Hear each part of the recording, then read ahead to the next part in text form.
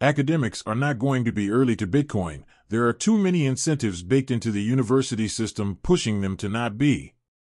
These include the incentive to please their Keynesian colleagues and bosses, and the financial incentives of research grants, advisor roles, and a revolving door of paid positions at the Federal Reserve, IMF, and other fiat financial institutions. The bias in the university system against Bitcoin runs deep. At times it goes beyond whole departments failing to address Bitcoin, and overconfident, underinformed professors making strong statements against it, to exploration of the topic of Bitcoin being blocked on university IT systems. I encountered this personally when I, a Bitcoin pleb, was suddenly unable to contact New York Law School, NYLS, Professor Emerita Nadine Strawson about my book on Bitcoin and free speech to which she had contributed. My emails to Strawson were sent as usual, received no replies or bounce-back messages, but did not reach her. A barrage of email tests showed all emails containing the word Bitcoin were blocked without the knowledge of students, faculty, and staff from on or before February 8, 2021 until April 24, 2021. The block extended to both incoming and, most puzzlingly, outgoing emails of all NYLS email accounts. Other cryptocurrencies and related words were not blocked. I expressed concern directly to the NYLS president that this email block constituted a serious breach of free speech principles and was an unusually broad and coarse security measure that unacceptably, though completely inadvertently, curtails academic inquiry and reasonable/productive communications. I explained that Bitcoin is the critical tool for human rights that's highly relevant, but my arguments were apparently not persuasive. NYLS did not change the email block upon complaint, considering it a normal part of their email security. Instead, they found Professor Strawson a workaround and continued blocking all email discussion of Bitcoin for the rest of NYLS without their knowledge. The email block was eventually lifted after I told NYLS I would be writing about it publicly.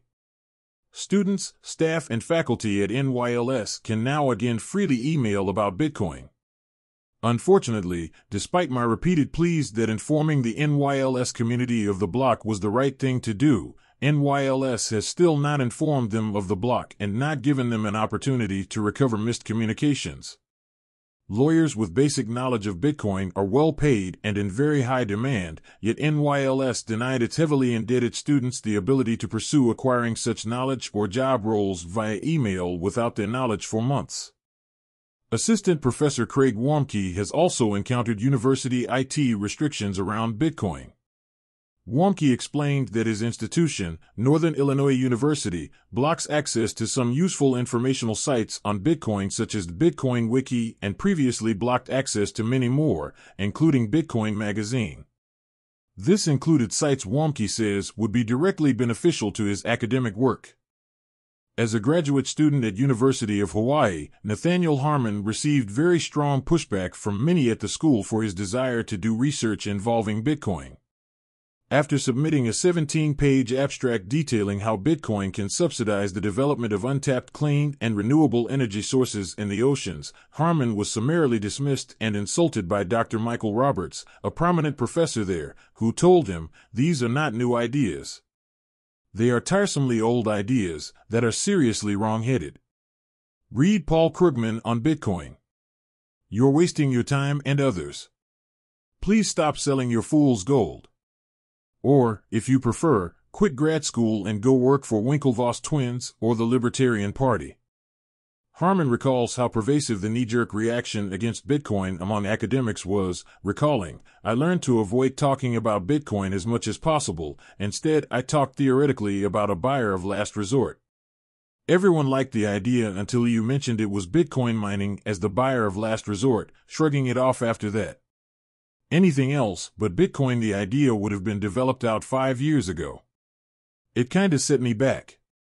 While Harmon has many stories of being ridiculed and dismissed for his research in Bitcoin, there were also many professors and colleagues who were open-minded and civil. Professor Bradley Redler, an assistant professor at the University of Wyoming who researches the philosophy of Bitcoin, has had quite the opposite experience, with his Bitcoin research being encouraged and embraced by academics. I haven't myself experienced any bias in academia against Bitcoin, says Redler. In fact, the university has been thrilled to have someone working on something that they admit they don't understand at all but seems important and relevant.